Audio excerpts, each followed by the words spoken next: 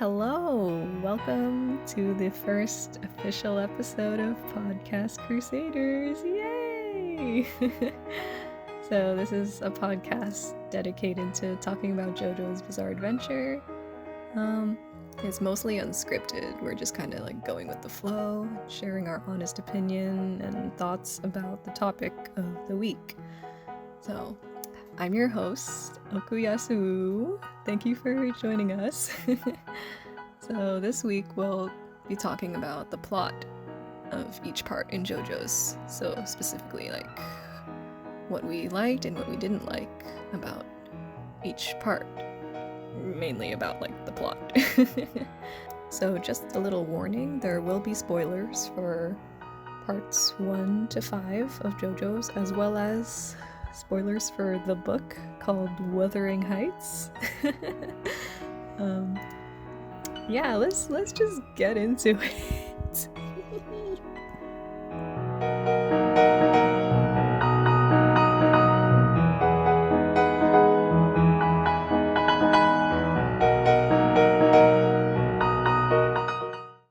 Okay, yay! So I'm here with my older sister, Chris. Say hi. Hello. Yay! This is your first time being on here. So I'm gonna ask you a few questions just to like introduce yourself, relating to JoJo, of course.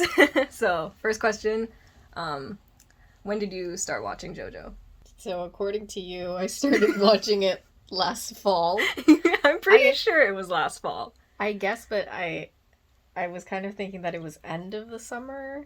Maybe like beginning of the fall. Yeah, I feel like it was like between August and September. Yeah. Yeah. I think that's when it was. So that last year, 2021. Yeah.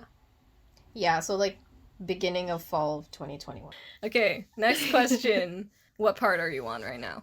I'm currently watching part 6, the second and final batch. Third.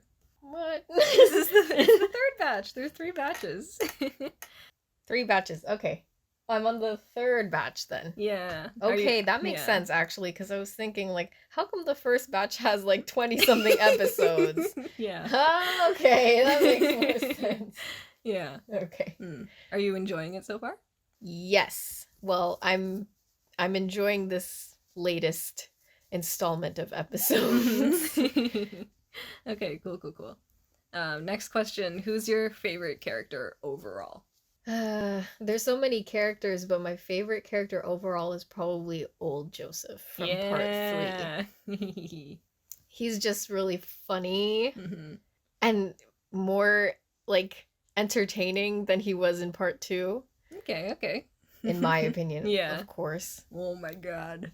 Yeah, oh my gosh. No, everything about him in part 3 is just hilarious. Like everything he says is hilarious, and like he has the funniest little like phrases in English because he's American. So yeah, I love that. I love how they added that.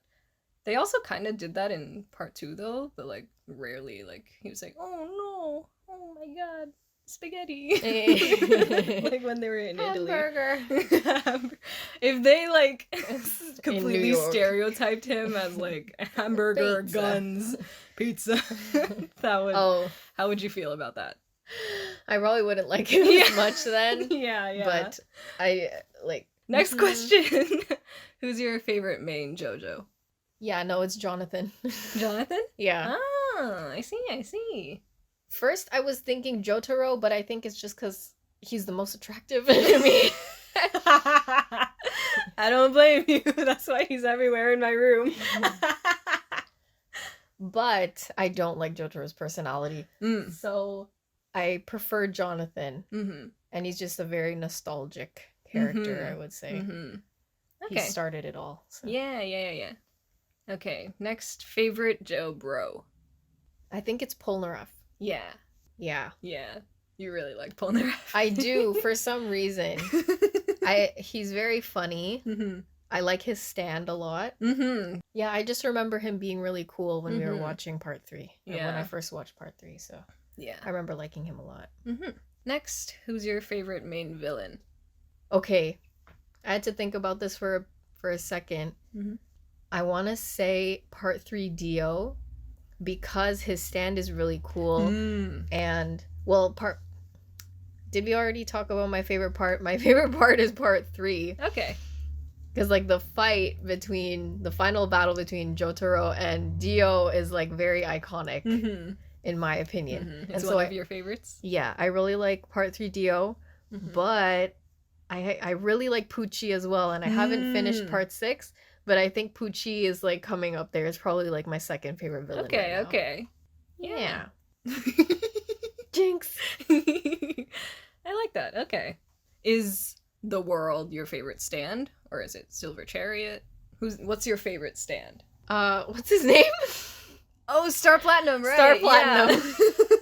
So while she was watching it, I was there watching her reaction, and we did this thing where, like, whenever a stand is introduced, she would name them. Like, the first word or words that came to her mind when she saw the stand, that was his name. And so when she saw Star Platinum, she named him Stand Blue. So it's not Star Platinum now, it's Stand Blue. I legit forgot his name, and I'm like, Stand Blue? Wait, what's his real name? Stand Blue is his real name. Yeah. Yeah. Actually, fun fact, like, Jotaro didn't name Star Platinum. He was named by Abdul. Oh, really? Yeah. So, imagine. What would Jotaro's name for Star Platinum be? If Jotaro himself named him. Well, Evil Ghost. Yeah. That's his name. He was just, like, confused. He wasn't even very, like, angry or... He was just very confused at Star Platinum's presence. Yeah, he didn't seem scared. I mean, No. He was probably scared that he would hurt other people, like his mom, which...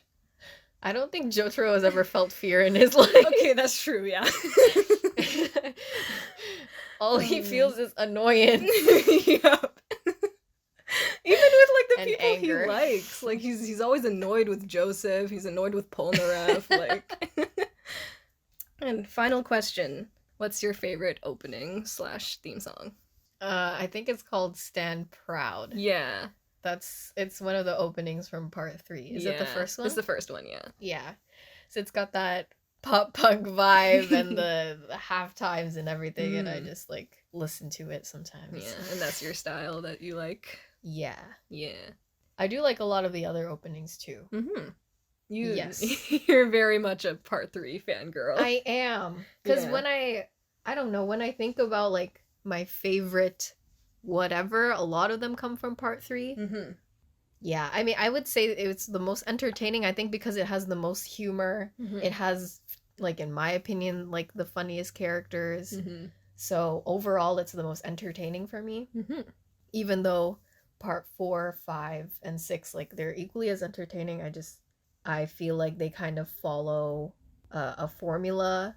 Well, they all follow a formula, like 3 to 6. They follow a specific, like, formula. Yeah. And honestly, it's just not as, like... The other ones I just didn't find as entertaining. That's all I'm trying to say. Yeah, that's fair. Now that you mention it, like, yeah, like, most of them, like, the beginning, it's, like, getting to know the characters, and then there's, like, random stand battles. And then, like, closer to the end, that's when, like, they finally face the main villain. I guess the difference is in part 3, Dio was already established as a villain, so we didn't need the big reveal. 4, 5, and 6 has this, like, big reveal, like, plot twist about the villain, which is, like, those are all very entertaining, but it's kind of like, those are the only parts that I find entertaining. The rest of it is kind of That's very true. It's kind of just, like, building up to that part, and then the rest of it is, like, it's fine. But there are elements of the other parts that I really do like. Yeah. Like, don't get me wrong. It's not like I hate the rest of JoJo and only like part 3. That's, like, not it at all. Yeah. What's next, host? What is next? We can move on to our main topic, which is just going over the plots of each part, or, like, the plot overall of JoJo. What we like about it, what we don't like. I guess we can start off with part 1. So the main plot for part 1 is the rivalry between JoJo and Dio, Jonathan and Dio. Like, it's kind of like a weird relationship because Dio was Jonathan's adoptive brother. Mm-hmm. And it became a rivalry because his father kind of like, not idolized, but kind of put Dio on a pedestal and like compared him to Jonathan, which made Jonathan feel inferior. That's true, yeah. So it is a rivalry, yeah. Mm-hmm. And also Dio just like being very mean to Jonathan. Being a big meanie. A big meanie, yep. I like the part 1 plot. I also like how it turns into like a supernatural kind of thing with the vampires and Hamon's sunlight breathing. What do you think?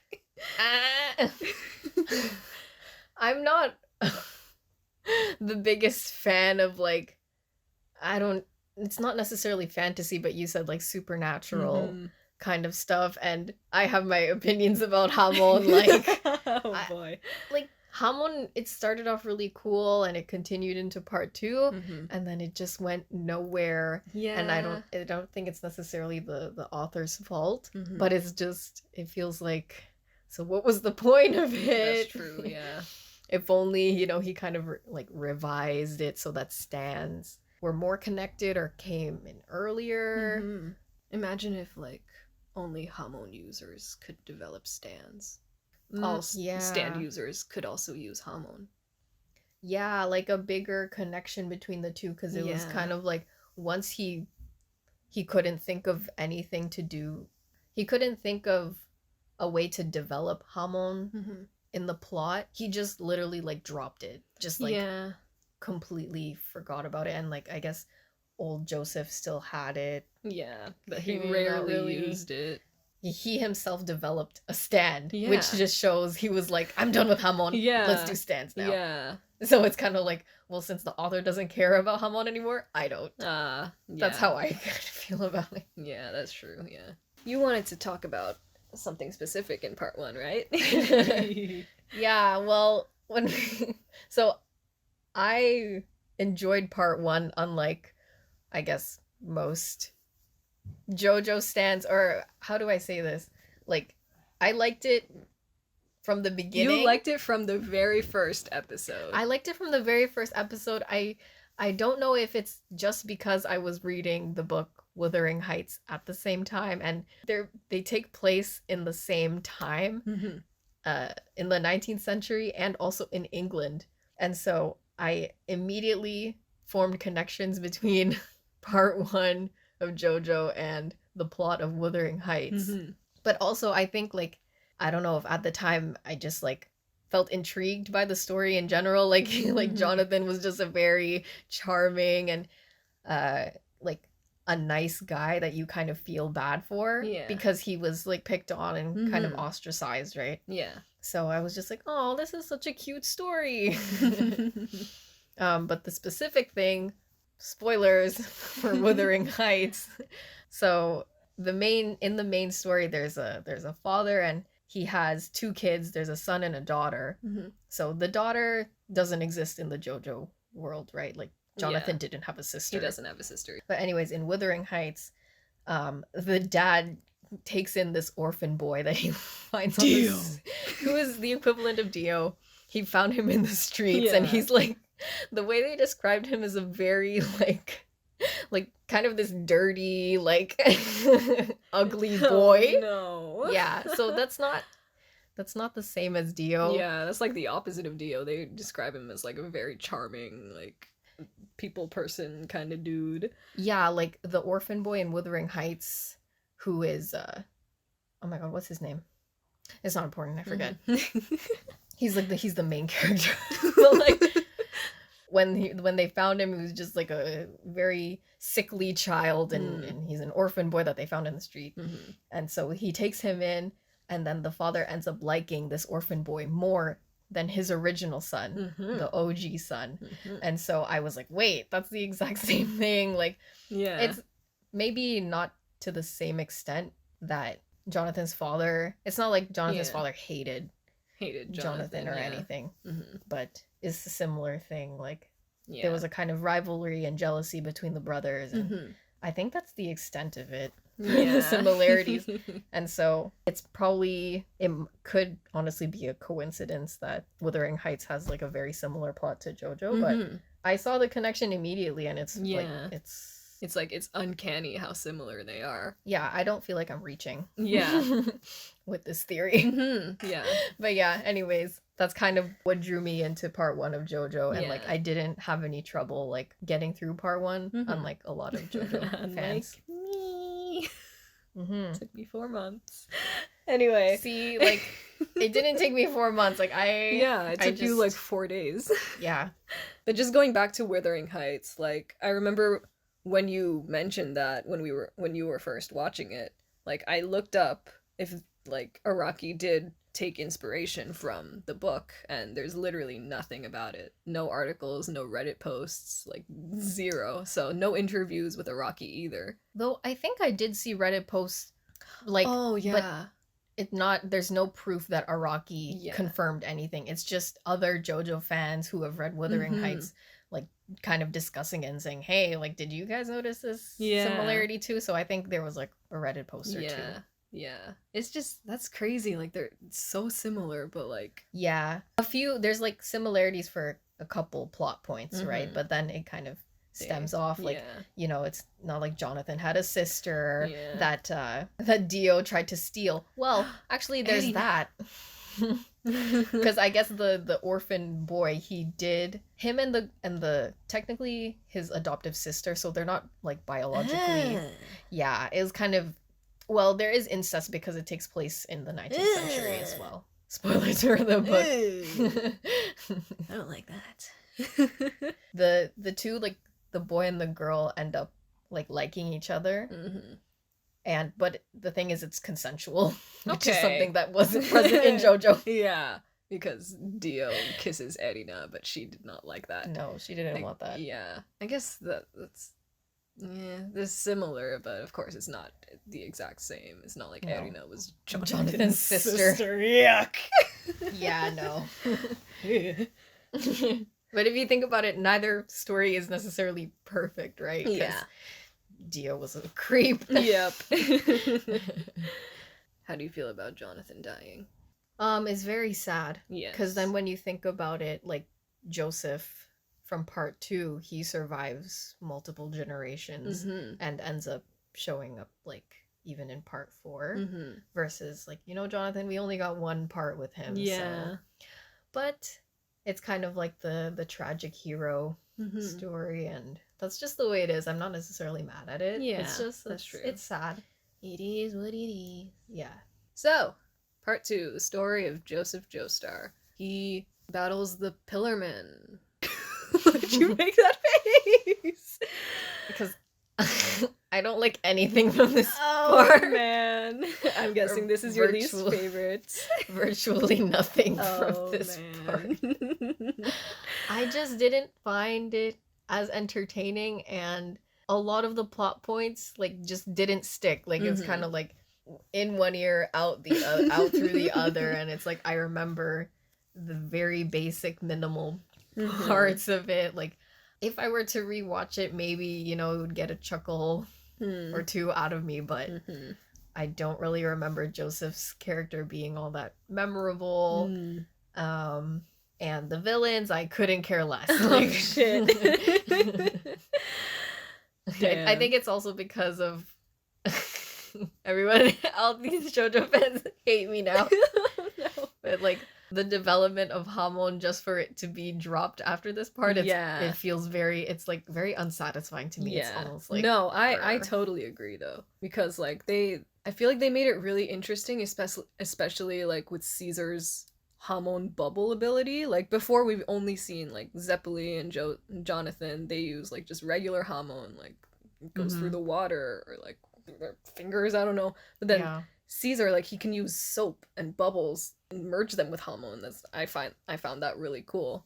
Yeah. I kind of wish they like did something with that too. Also, Joseph, like, he used oil a lot with his Hamon. Yeah. Like, they could have, I don't know, done something with that somehow. I will say Lisa, you know, strong female women. Strong Let's go. Female character. Finally. Strong female women. Wait, I said that. We love male men.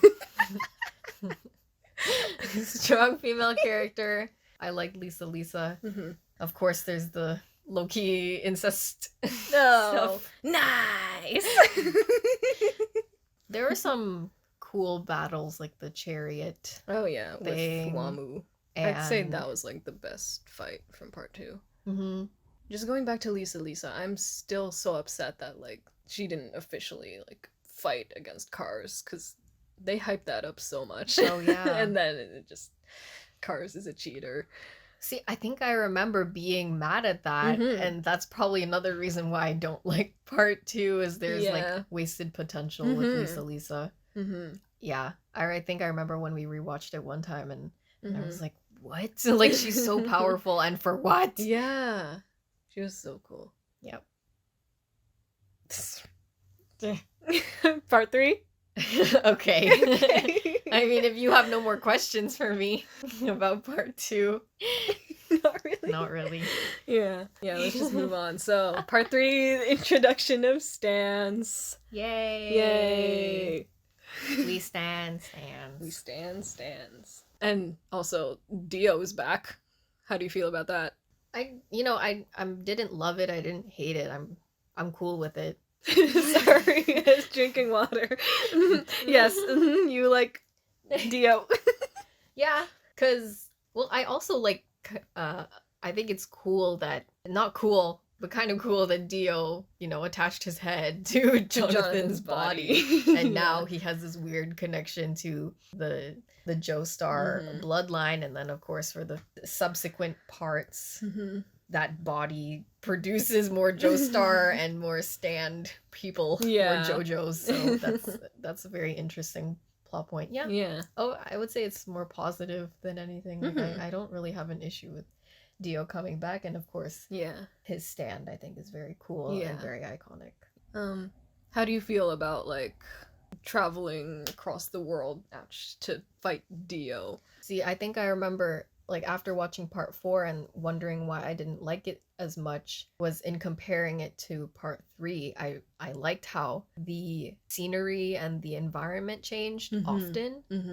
It's not just the stands changing and the enemy stand changing. It's like they change environments, like their adventure feels like an actual adventure, and there's like the squad, and they're like going around places and encountering these enemy stands and fighting people, and to me that's what an adventure is. So the fact that they were actually venturing places, understandable. I was like, okay, this is an adventure, this is fun. And it was like there was comedy, there was entertaining enemy stands. Like one of my favorite episodes is the poker one. That one was like, this is a really cool show. Like that came at a time where I was like playing poker with my friends, and it would just kind of coincided perfectly with my life. So that was cool. Hell yeah. There's a bunch of things I could say about part 3. I mean, Jotaro is like he doesn't I'm not saying he doesn't have many redeeming qualities, but I don't really like his personality. He's just kind of like yada yada. Like, yada. Shut like, up, mom. Yeah, he's kind of mean. Yeah, he is. But I guess for you really like the side characters, especially like Joseph, Polnareff, and the villain Dio. Yeah, well, even like Abdul and Kakyoin, I really like them a lot as well. So honestly, like everyone except Jotaro. Oh no! But it's not that because he has my favorite stand. Yeah, so it's not like you can hate him. No, I don't hate him because Stan Blue is very iconic to me. Yeah. We ignore the existence of some enemy stands, such as the stupid car. Yeah. How do you feel about the sun? The sun being... I don't hate it. Yeah. I'm just wondering, like, was that, like, is the actual sun, like, in the solar system, was that his stand, or did he, like, make, like, another sun? Maybe it was, like, an imitation. Yeah, an imitation sun. Yeah. Like, that's just really weird. It just doesn't... Well, there's a lot of things that don't make sense. Yeah, that's true. And there are some episodes that I completely forget what happened because I didn't find it entertaining. Like when they went underwater, Oh. like I couldn't tell you what the fuck was happening in that episode. Yeah. Other than the awesome handshake between Polnareff and Kakyoin. Yeah. That's the only important part about when they went underwater. Oh, well, also the old Joseph and Holly, like that was a very wholesome like relationship that we got to see, and like seeing I guess you could say a man that actually cares about the woman in his life, unlike Jotaro, who couldn't give a fuck about Holly. Yeah. But deep down, he did care about her. Like, that's the whole reason why he tagged along on this journey. Deep down, yes. Yeah. I think the first thing that he said was, like, how do we stop this? Oh, yeah. Yeah. No, I'm just kidding. It's yeah. Outwardly, like, Joseph had, he, like, clearly cared about his mom versus Jotaro. His daughter. What did I say? Oh, yeah, Joseph cares about his mom. He does care about his mom Joseph still. Joseph cares about it.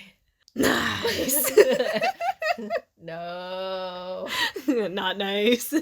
Anyway, Joseph clearly cares about Holly. Yeah. And then talks back to his mom, which is not nice.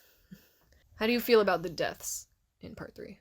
Well, Avdol's death was kind of spoiled for me because you had talked about it, but you didn't tell me who it was, and then I kind of put 2 and 2 together as I was watching it and was like, oops, okay, so Avdol dies, but he's gonna come back. So I wasn't sad when Avdol first died. I was like, oh, he's coming back. I just didn't know when. And then when Avdol like came back, but he was dressed as his father, I actually wasn't expecting. I thought that was like Avdol's actual dad. Father. Yeah, that's what I thought too. Yeah. So I mean, Avdol's first death didn't really affect me. Yeah, but then when he actually died, and with Iggy, you know my reaction. Oh man. Yeah. To Iggy's death. Shall we describe it?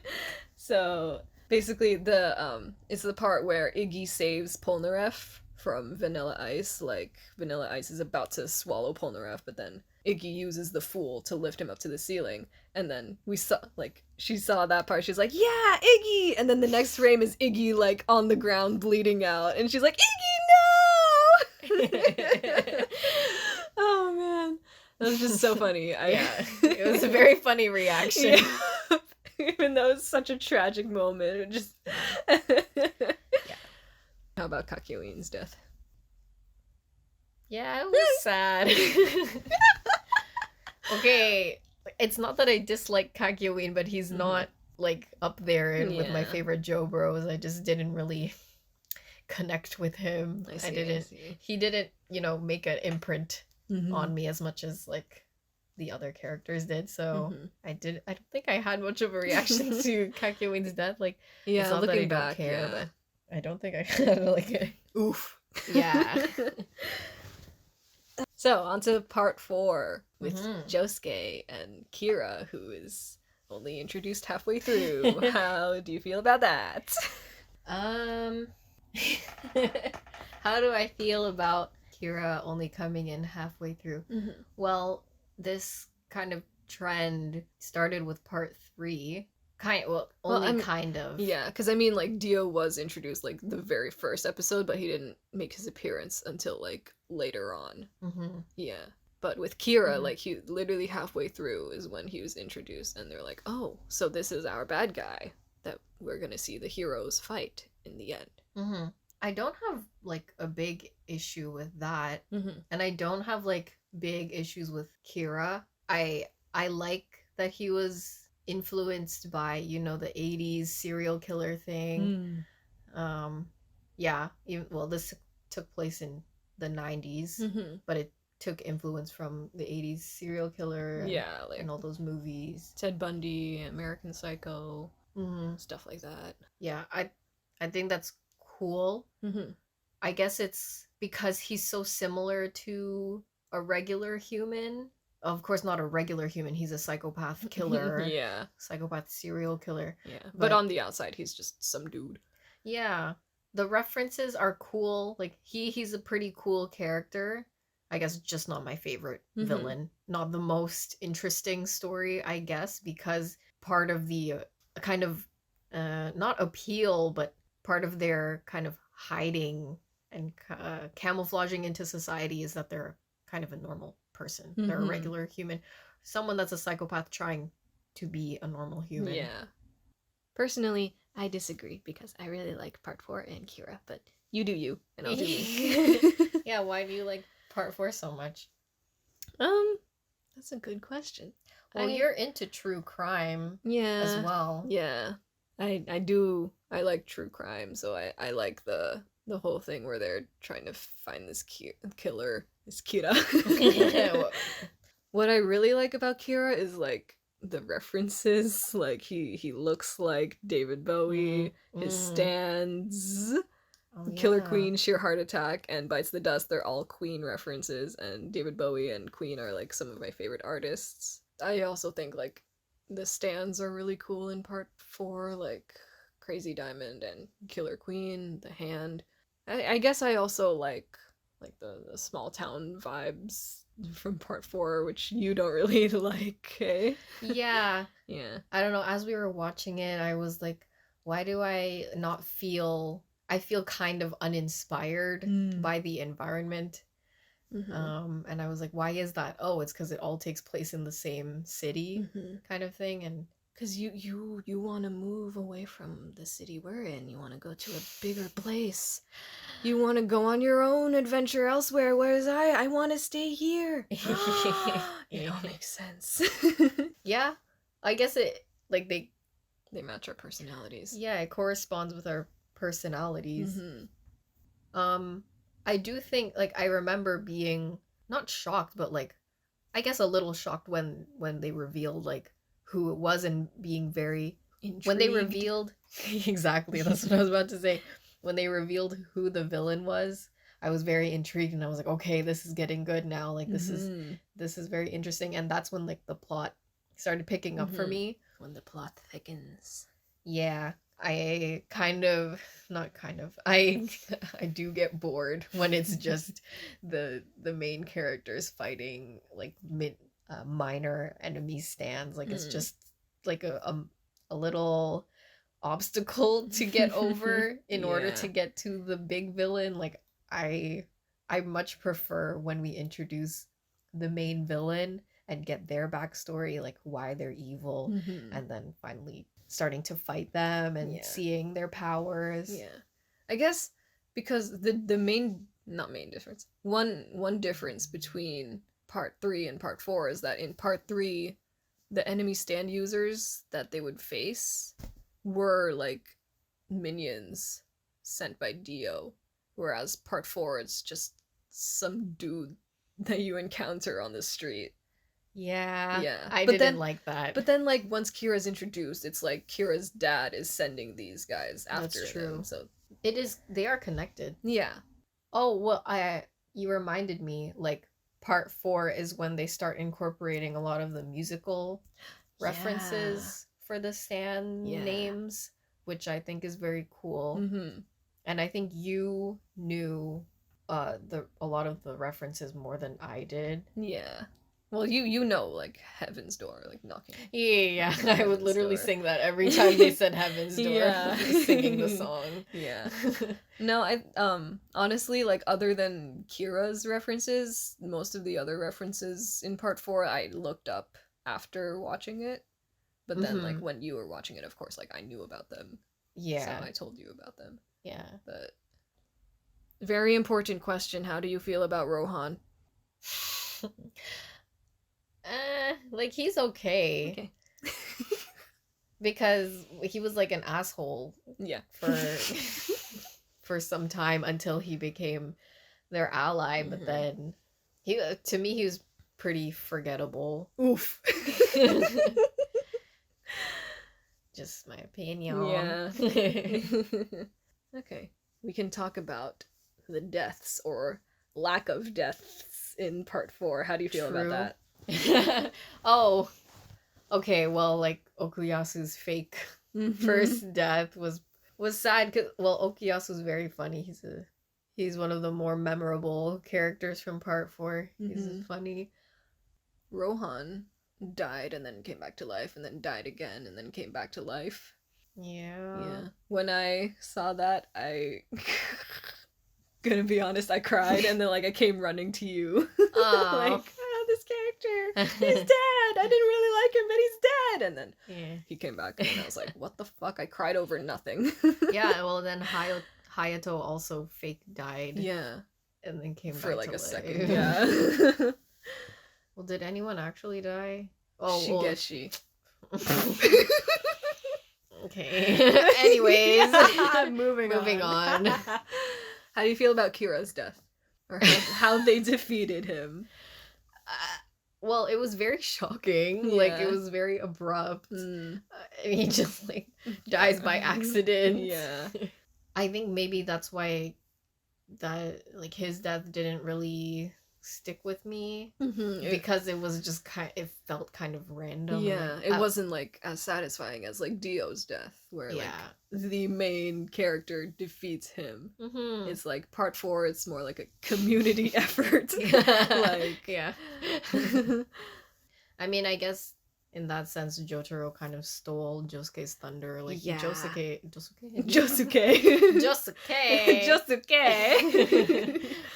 was supposed to be the main character. Yeah, I remember, honestly, after I first watched part 4, I was not a fan of it that much. Like, it was at the bottom. But then, like, after my first rewatch, I was like, oh, I really like this. I like Josuke. I don't know what changed, to be honest. Yeah, Josuke, like, he's not bad. I don't have any real issues with his personality. He's pretty funny. His defensiveness over his hair is pretty hilarious.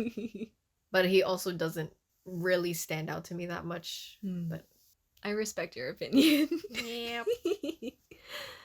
How do you feel about Jotaro making an appearance? Jotaro and Joseph, they both make appearances too. Yeah, completely forgot that old Joseph is there.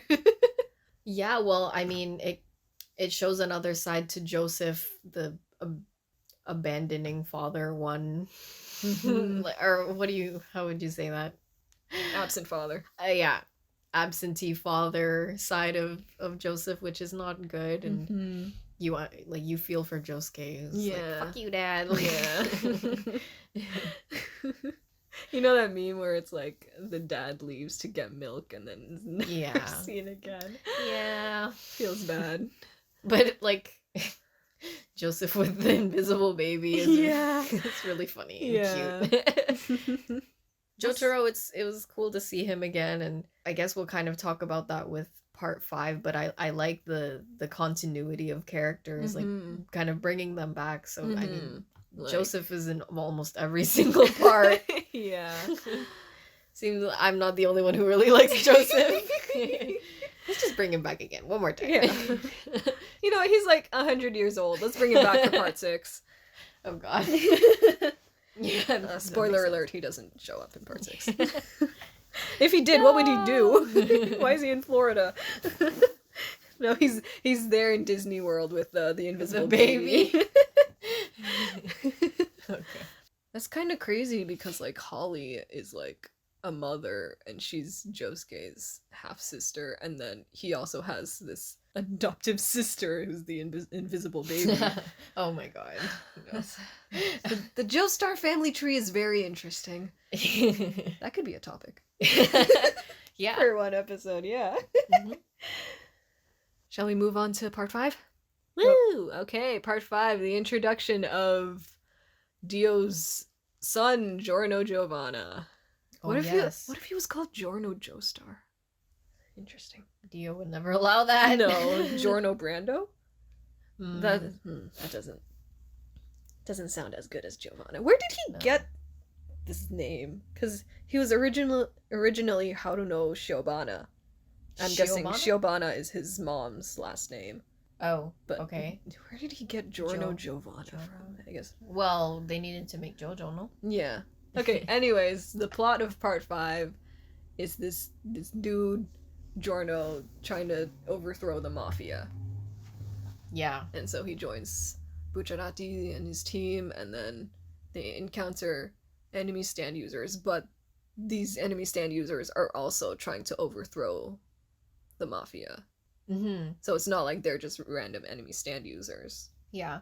Oh wait, no, I forgot about Trish. Yeah, they have to protect Trish from the enemy stand users, while Giorno and Bucciarati also want to overthrow the mafia and become the leaders. Well, Trish is important because in order for the enemy stand users to overthrow the mafia, Trish is key to that. To finding out the boss's power. That's really interesting though, because like Spice Girl is not similar to King Crimson at all. Other than like how they look. But like their powers are completely different. I would say, now that you've kind of summarized it for me again, like the part 5 plot is probably the most interesting. And then when you tie in the backstories of Bucciarati's sons. Yeah, because he's the mom. Yeah. Mom. Best mom. Yeah, the backstories of the characters. Then like it becomes really interesting, and I really enjoyed like all the backstories of those characters and introducing them. Honestly, I don't care for their stands that much. Oof. Actually, Purple Haze. You really like Fugo, so I really like Fugo. Wasted R.I.P. because they basically just like metaphorically killed him off. Yeah. No, their stands are cool. Yeah. But I guess the plot overall kind of overshadows it, because that's what I find the most interesting.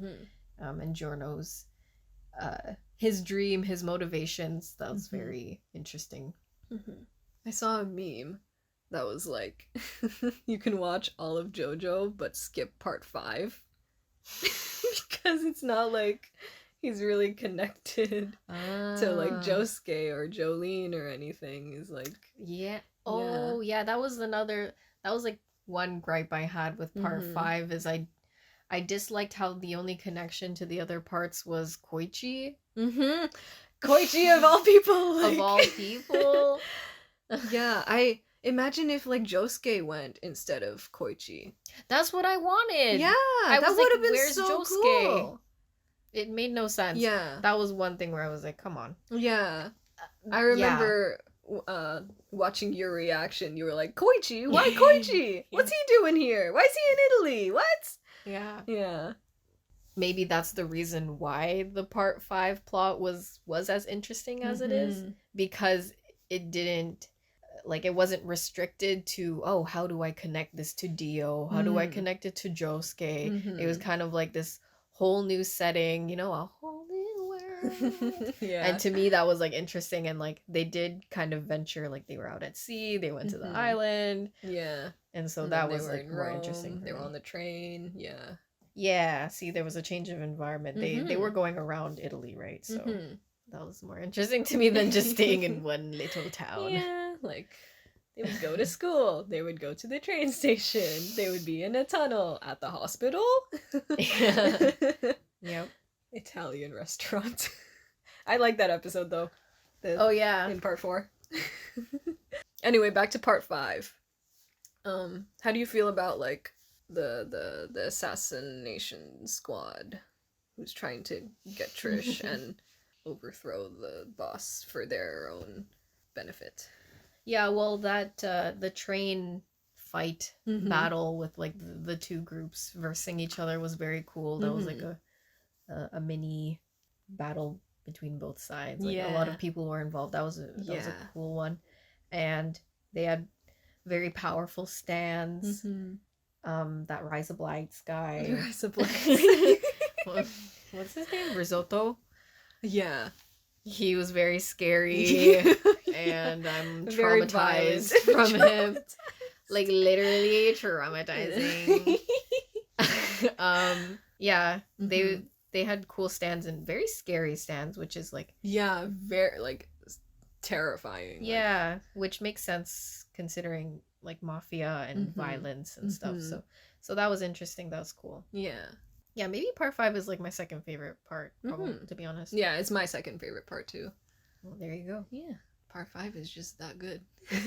No, part 5 is really good. Yeah. How do you feel about... Oh, sorry, you go. I was just gonna say Diavolo. Yeah, that's what I was gonna say. I really like Doppio because he's kind of dopey. It's in his name. Exactly. He was very cute, honestly. And like, when they first introduced him, it was just like, what the fuck is going on? Yeah, I remember you were like so confused. Yeah. Like, who is this guy? Is he gonna be an ally? Is he an enemy? Like, you literally said out loud, is he an ally? Is he an enemy? Yeah. Like, well, because they showed him in the intro, and I was like, who is this guy? And then eventually they brought him on, and then like, I was just more confused because they're just slowly revealing parts about him. I was very intrigued by Doppio. Yeah.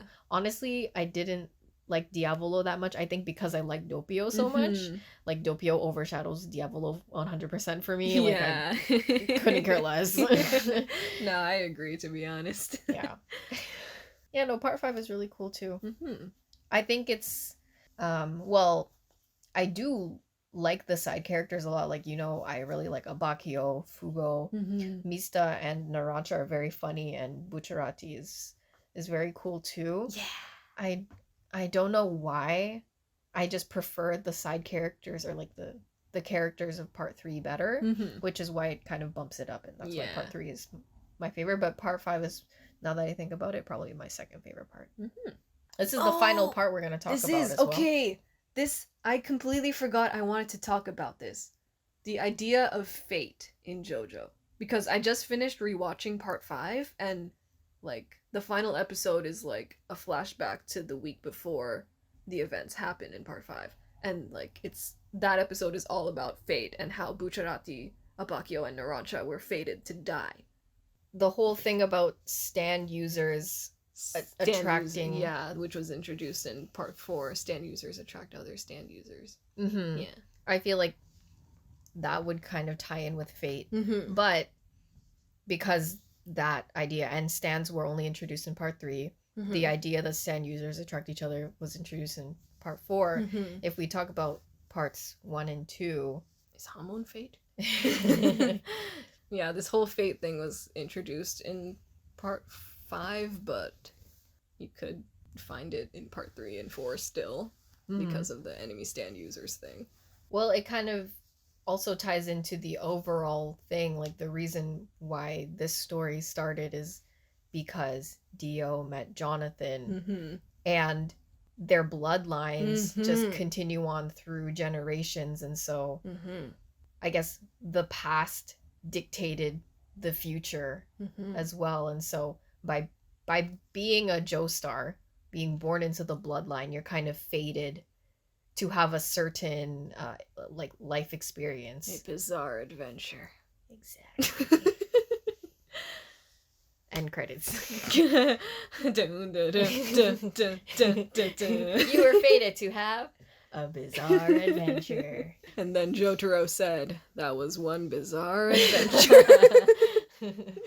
Well, you could say, like, tying into fate, there's also destiny, which I think it means the same thing, but you could say the Joestar bloodline is destined to have a stand, to find other stand users, to encounter the enemy stand users, which are connected to a certain person named Dio.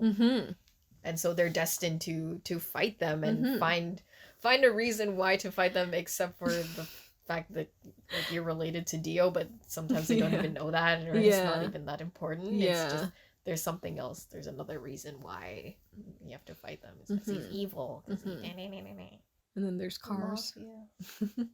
No, I guess, like, just speaking of cars, like, the only connection he has to Dio is, like, the stone mask. Like, he was the one who created the mask, which led to Dio becoming the person he is, but it's like, that's it. That's true. Well, that's pretty important, though. Yeah. Because the stone mask, that's what gave Dio his initial powers, His vampire powers. His vampire powers. Yeah. Like, it all eventually connects and makes sense, but it's like an afterthought. Yeah. When it comes to the part 2 occurrences. Yeah. How do you think part 6 is gonna end? You have any theories? Any?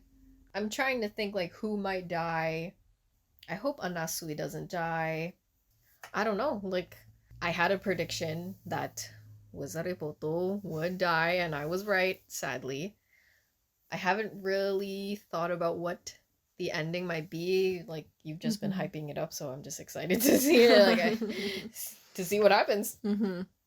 How do you feel about the character deaths in part 5? We'll go from chronological order. Yeah. So first it was Abakio. Well, Abakio was one of my favorite characters from part 5 for sure. Yeah. If not, probably my second favorite character after Fugo. Well, or maybe equally Abakio and Fugo. I don't know why. I think I thought Abakio's personality was like understandable. I don't know, like I felt for him, and it was very entertaining that he didn't like Giorno in the beginning. Like, yeah. That was just funny. It was like, oh, Abakio. So I was very sad when Abakio died. How did you feel about like Narancha's reaction? Oh, well, that was pretty heartbreaking too. Yep. I'm tearing up just thinking about it, honestly. Yeah, I don't think I was anticipating Abakio's death, so...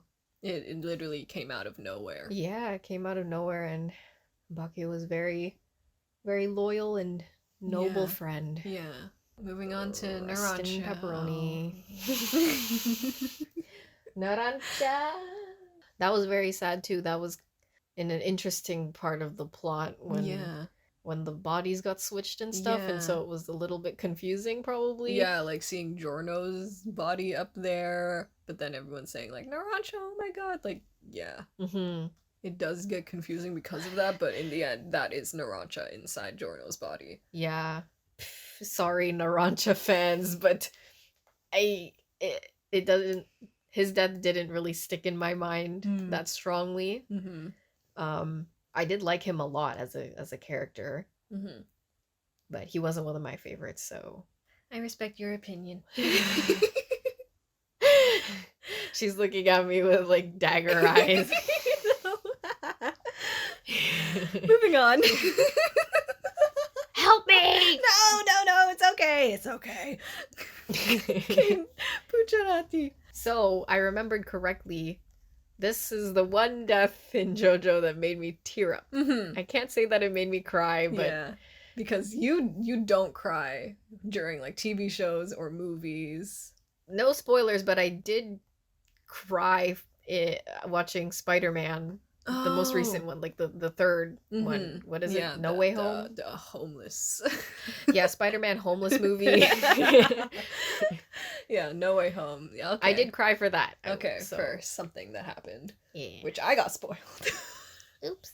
No, it wasn't your fault. It was... No, it wasn't. Instagram. I don't do that. Yeah.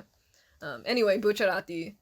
Yeah, this was the only death that really, really got to you in that way. Yeah. Well... very emotional, and he is mom. Best mom. Best mom. R.I.P. Best mom. R.I.P. Bucciarati. Very, like, Bucciarati, like, has no flaws. He's flawless. Yep. A flawless character. Yeah. So yeah, like who doesn't love Bucciarati? So if you don't like Bucciarati, you're lying. Yeah, everyone at least likes him. Yeah, and I did like him a lot. Yeah, so tearing up.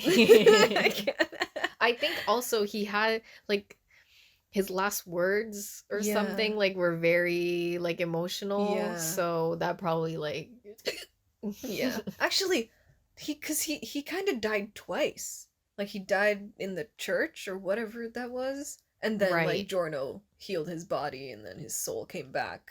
Yeah. And then he was like brought back to life. He was like a zombie, and then he finally dies again in the end. Like he dies for good. How'd you feel about that? Well, I kind of forgot that happened. Well, now you remember. Yeah. No. Yeah. Can I say what I thought about it? Yeah. When I first watched it, just like with part 4, part 5 was like at the bottom. For some reason, I don't remember why I didn't really like it when I first watched it. And then when I Yeah. got to that part, that made me dislike it even more. Like, he dies and then he randomly comes back to life. I guess maybe I didn't really understand why he came back to life. Now, in the present, like, I understand why he came back to life and I don't hate it. Well, I guess it's a good thing that he came back to life, but Yeah. overall, when someone dies Mhm. once, that should be it. Mhm. I think maybe it's an issue of I don't like when people die and come back to life and then they end up dying again. Yeah. Like, that's Yeah. Example, weird. Avdol. Yeah, well, if we talk about part 3 for a bit, just I don't like how they killed Abdul twice, Mhm. but then they end up doing that to multiple characters. Or They do that with Bucciarati, but then they do that in part 4. They bring them back to life after they die, You're but right. then, like, yeah. I guess for Abdul, like, it kind of felt unnecessary. Like, it would have been cool to have him stay because he wasn't Jotaro's, like, best friend or anything. Like, he was part of the squad, but I don't think they gave him enough screen time. They didn't show his stand powers, like, yeah. as much as I would have liked. Yeah. Versus Bucciarati, it's kind of like Bucciarati was almost like the main character. Yeah, Bucciarati is the main JoJo of He's part the main 5. JoJo of part 5, so it's kind of like Caesar is that kind of vibe, like, you know, like he's like just as important as the main JoJo. Yeah. Which is why it's kind of almost acceptable that he dies because he's the best friend is meant to die. He's fated to die. Yeah. Unfortunately. Yeah. How did you feel about the conclusion of part 5 with Gold Experience Requiem? That was interesting. Yeah. And, well, is it the first time that we see a Requiem with Polnareff? Yeah, the thing is, though, with Silver Chariot Requiem, like, people are saying that it's an incomplete Requiem. Because, like, it's not like Requiem, like, kind of fully merges with the arrow, unlike Gold Experience Requiem. It's like... Yeah, and also because they call Silver Chariot Requiem just Chariot Requiem instead of fully Silver Chariot Requiem, which means that it's an incomplete Requiem stand, if that makes sense. But then Gold Experience Requiem, it's not like they call him Experience Requiem or Gold Requiem. Well, I remember being very confused by Giorno's stand. Well, okay, no, his original Gold Experience was like easy to understand, but then with Requiem, I just remember being very confused as to what it did, and I also didn't like the design of it. It looked too much like a creepy AI. Oh shit. Yeah. So I'm kind of like about it. Okay. Do you want me to like explain more about it, or? Sure. Okay. So the whole thing about King Crimson and Gold Experience Requiem, like, King Crimson, he has the ability to, like, well, that's with Epitaph, he can see the future, and then if he wants to, he can skip forward to it just to get to that thing that he wants that happens in the future. Like, for example, like, he, like, ends up killing Giorno, which he sees with Epitaph, and so he's trying to skip time to get there. But then what Requiem does is that he... Shit, let me think about this for a second. He, like... Shit. What does Requiem do? I feel like I don't fully understand it myself. See? Yeah. Which, it's like he just doesn't allow Diavolo to get what he wants. While also... Is he able to reverse the powers of Diavolo, kind of? It just, like, cancels out Diavolo's ability, I guess. While BEDMAS. also... Huh? BEDMAS. Cancels out. Of course. Anyway, while also resetting something, he puts Diavolo in the infinite death loop. So Diavolo dies a certain way, and then he's brought back to life, and then dies another way. Well, see, I thought that was really cool and like a very satisfying punishment for Diavolo. But it's like, how you got there. The math ain't mathing. Like, yeah. The BEDMAS ain't BEDMAS. Yeah, exactly. Yeah, I agree though. He's trying to bring PEMDAS, and I'm like, ah! Sam Deb. Oh god. I don't like this. Let's not talk about math, please. Yeah. If we were to rank the plots. Like, okay, rank the parts in order? Yeah, based solely on the plot. Okay. Yeah, so fave oh. to least fave. Okay. I have mine. Yeah, okay, you go first. So at the bottom is part 2, of course. Honestly, me too. Okay, nice. Fourth, you will disagree. For me is part 4. Okay. However, it's tied pretty close to third. So honestly, part 4 could either go in the third or fourth spot. What's your third? Part 1. Okay. For me, fourth place is part 3. And then third place is part 4. Okay. Oh, but overall, your favorite part is part 4. Yeah. Okay. I think mainly because of the characters, yeah, and the references and Jotaro. Anyway. Second place. For me is part 3. Oh, okay. Yeah. Again, you could also switch it around with third place, I guess. But I did enjoy the part 3 plot. Yeah. Second place for me is part 2. Or no, part 1. Sorry, math. Okay. Second place for me is part 1. Okay. Yeah. And then first place for both of us is part 5. Nice. Okay. Yeah. Okay. That's... Well, thank you for listening. Thank you to my special guest, Chris. Yippee-ki-yay. You're a cowboy. Okay, cool. Cowboy Chris. Cowboy Chris. Toodaloo. I'll put a cowboy hat on Fugo. Yeah. All right. Okay, thanks. Bye. Bye.